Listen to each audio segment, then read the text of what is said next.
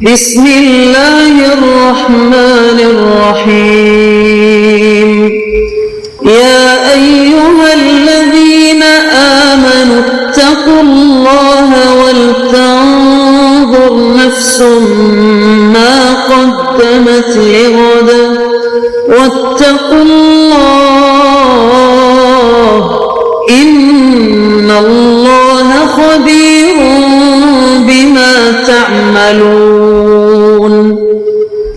اے ایمان والو، اللہ سے ڈرتے رہو اور ہر شخص کو دیکھنا چاہیے کہ اس نے کل یعنی آخرت کے لیے کیا سامان بھیجا ہے، اور ہم پھر کہتے ہیں کہ اللہ سے ڈرتے رہو، بے شک اللہ تمہارے سب اعمال سے خبردار ہے۔ بسم اللہ الرحمن الرحیم، الحمد للہ رب العالمین، والصلاة والسلام على اشرف الانبیاء والمرسلین وعلى آلہ واصحابہ اجمعین ومن تبعہم بإحسان الى یوم الدین۔ قابل صد احترام حضرات شائقین و شائقات سچا پیغام، السلام علیکم ورحمۃ اللہ وبرکاتہ۔ آج کی محفل میراث النبی کے نورانی پروگرام میں آپ کا استقبال ہے۔ اہلا و سہلا مرحبا۔ ہم آپ تمام حضرات و مستورات کا خیر مقدم کرتے ہیں۔ محترم حضرات و خواتین، تعلیم کا آغاز ہو رہا ہے۔ سب سے پہلے آداب تعلیم کا لحاظ کرتے ہوئے تعلیم کی طرف متوجہ ہو جائیں۔ پورے دھیان سے سننا، عمل کی نیت سے سننا اور تبلیغ کی نیت سے سننا، یعنی سنی ہوئی باتیں دوسروں تک پہنچانے کے جذبے سے سننا۔ چند خاص آداب تعلیم ہیں، امید ہے کہ آپ حضرات ان آداب کا ضرور خیال رکھیں گے۔ جزاکم اللہ۔ اللہ رب العزت نے ہم پر بہت بڑا انعام اور بہت ہی بڑا فضل فرمایا کہ اس نے ہمیں ایمان کی نعمت سے سرفراز کیا۔ دنیا اور آخرت میں اس سے بڑھ کر کوئی نعمت نہیں ہو سکتی، کیونکہ آخرت کی جتنی نعمتیں ہیں اور آخرت کی تکلیفوں سے بچنے کے جتنے بھی طریقے ہیں وہ سب ایمان لانے کی بدولت ہیں۔ اللہ پاک نے دین اسلام کی صورت میں ایسی نعمت ہمیں عطا فرمائی ہے جو صرف چند عبادتوں کا نام نہیں اور اس کے احکامات زندگی کے چند امور سے متعلق نہیں، بلکہ یہ ہماری ساری زندگی پر حاوی ہے۔ اس میں پیدائش سے لے کر موت تک کے احکام ہیں۔ جب انسان پیدا ہوتا ہے تو پیدا ہونے پر بھی احکام ہیں، جوں جوں بچہ بڑا ہوتا ہے اس کے بھی احکام ہیں، پھر جن جن مراحل سے انسان گزرتا ہے اس کے ہر مرحلے سے متعلق احکام اور ہدایات موجود ہیں، یہاں تک کہ وہ بڑا ہو کر نکاح کرتا ہے، کاروبار کرتا ہے، تجارت کرتا ہے، ملازمت یا زراعت کرتا ہے، سفر کرتا ہے یا بیمار ہوتا ہے، ان سب کے احکامات شریعت کے اندر موجود ہیں۔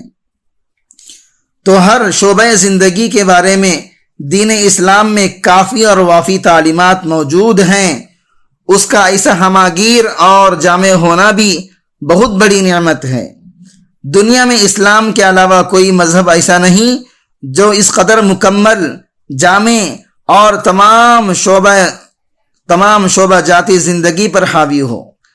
اگر انسان کسی بھی شعبہ زندگی میں قدم رکھے اور کوئی ہدایت اللہ اور اس کے رسول صلی اللہ علیہ وسلم کی طرف سے نہ ہو تو آدمی حیران رہ جائے کہ میں کیا کروں، ایک بے قلی کی کیفیت میں مبتلا ہو جائے اور بے سکونی کا شکار ہو جائے۔ لیکن اللہ تعالیٰ کا ہم پر یہ انعام ہے کہ اس نے ہمیں ایمان بھی دیا، دین اسلام بھی دیا اور جامع بھی دیا، اور اتنا جامع دیا کہ کسی بھی شعبہ زندگی کے متعلق ہر آدمی اس سے ہدایت حاصل کر سکتا ہے اور ان پر عمل کر کے اپنی زندگی کو اللہ رب العزت کے حکم کے مطابق گزار سکتا ہے۔ چنانچہ ہمارے دین میں راستوں کے بارے میں بھی احکامات موجود ہیں، جن راستوں سے ہم آتے جاتے ہیں اور جن راستوں سے ہم رات دن گزرتے ہیں، چاہے وہ گلی کوچوں کے راستے ہوں یا بازار کے راستے ہوں اور چاہے شہر کے اندر کے راستے ہوں یا شہر سے باہر کے راستے ہوں، بہرحال جو بھی راستے آنے جانے کے لیے بنائے گئے ہیں ان سب راستوں کے لیے بھی ہمارے دین میں جامع ہدایات ہیں، اور ان پر عمل کرنا بھی سراسر دین ہے۔ اگر ہم ان پر عمل کریں تو ہم آنے جانے میں انتہائی آسانی محسوس کریں گے۔ علماء نے لکھا ہے کہ آنے جانے اور راستے کے بارے میں جو تعلیمات اور ہدایات ہیں، اگر مسلمان ان پر عمل کر لیں تو دنیا میں سب سے زیادہ ان کے راستے صاف شفاف ہوں گے۔ آج ان ہدایات پر عمل کرنے کی وجہ سے غیر مسلموں کے راستے صاف شفاف ہیں، اور جن ممالک میں غیر مسلموں کے راستے صاف اور شفاف ہیں انہی ممالک میں مسلمانوں کے راستے ان احکامات پر عمل نہ کرنے کی وجہ سے سب سے زیادہ گندے اور خراب ہیں۔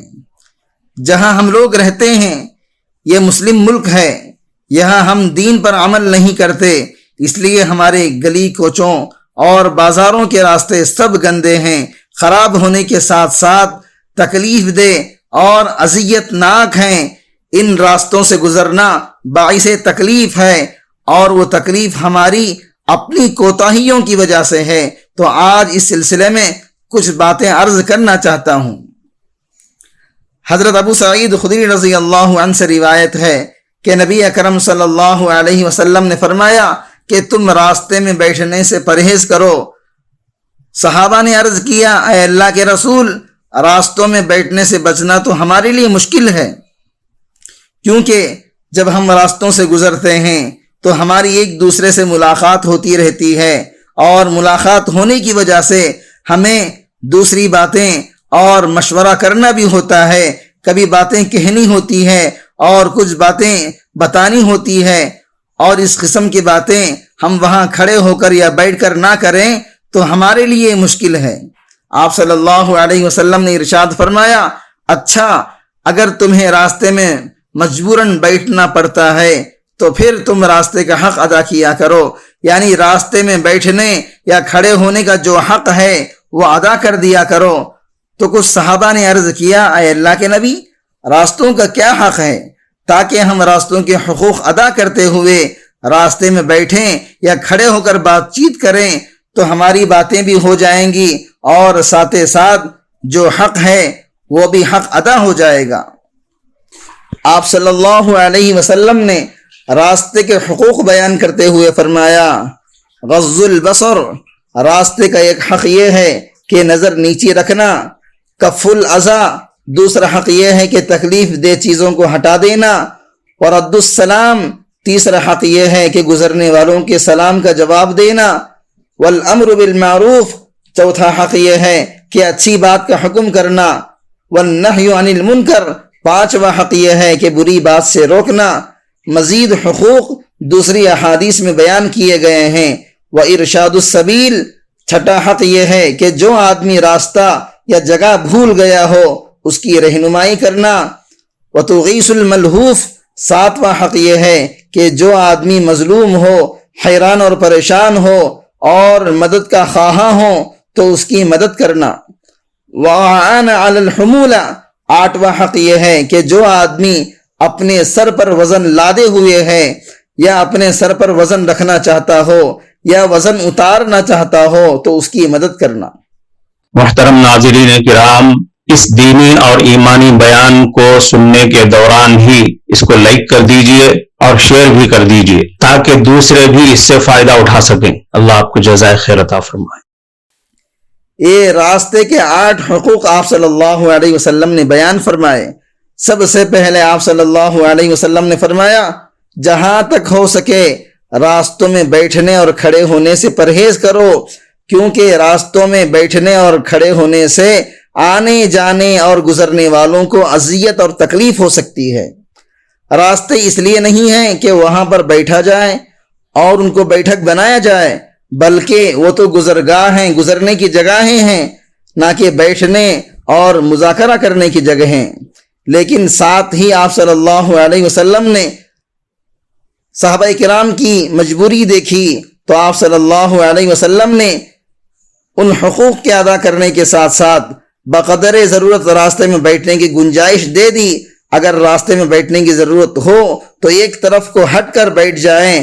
کھڑے ہونے سے کام چل جائے تو ایک طرف کھڑے ہو کر بقدر ضرورت بات چیت کر سکتے ہیں، لیکن ان باتوں کا خیال رکھیں.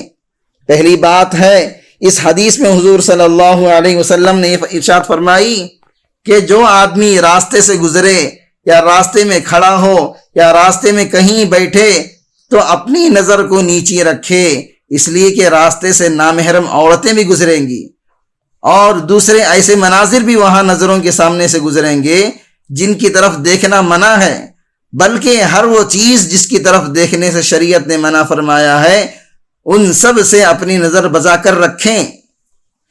قرآن مجید میں اللہ رب العزت نے مردوں کو یہ حکم دیا ہے، آپ مسلمان مردوں سے یہ کہہ دیجئے کہ اپنی نگاہیں نیچی رکھیں اور اپنی شرمگاہوں کی حفاظت کریں، یہ ان کے لیے زیادہ صفائی کی بات ہے. بے شک اللہ تعالیٰ کو سب معلوم ہے، سب خبر ہے جو کچھ لوگ کیا کرتے ہیں. اور 3 احکام اللہ پاک نے عورتوں کو دیے ہیں، چنانچہ ارشاد فرمایا وَقُلْ لِلْمُؤْمِنَاتِ يَغْضُضْنَ مِنْ أَبْصَارِهِنَّ وَيَحْفَظْنَ فُرُوجَهُنَّ وَلَا يُبْدِينَ زِينَتَهُنَّ. اسی طرح مسلمان عورتوں سے بھی کہہ دیجئے کہ وہ بھی اپنی نگاہیں نیچی رکھیں اور اپنی شرمگاہوں کی حفاظت کریں اور اپنی زینت کے مواقع کو ظاہر نہ کریں. قرآن کریم کی ان 2 آیتوں میں اللہ رب العزت نے مردوں کو الگ حکم دیا ہے اور عورتوں کو الگ حکم دیا. دونوں کو الگ الگ حکم دینے کی وجہ یہ ہے کہ ذہن کے اندر اس بات کی اہمیت بیٹھ جائے، ورنہ عام طور پر قرآن و حدیث کے اندر جتنے بھی احکام ہیں وہ مردوں کو براہ راست دیے گئے اور ان کے تابع ہو کر خواتین کو دیے گئے ہیں. یہ حکم اللہ پاک نے بطور خاص مردوں اور عورتوں کو الگ الگ خطاب کر کے دیا ہے اور اس میں اس حکم کی اہمیت کی طرف اشارہ کیا گیا ہے. اور یہ حکم ایسا ہے جس پر اگر عمل کر لیا جائے تو پھر انشاءاللہ بے شمار گناہوں سے حفاظت ہو جائے گی. کفارہ مجلس کی دعا پڑھ لیجئے. سبحانک اللہم و بحمدک اشہد ان لا الہ الا انت استغفرک و اتوب الیک.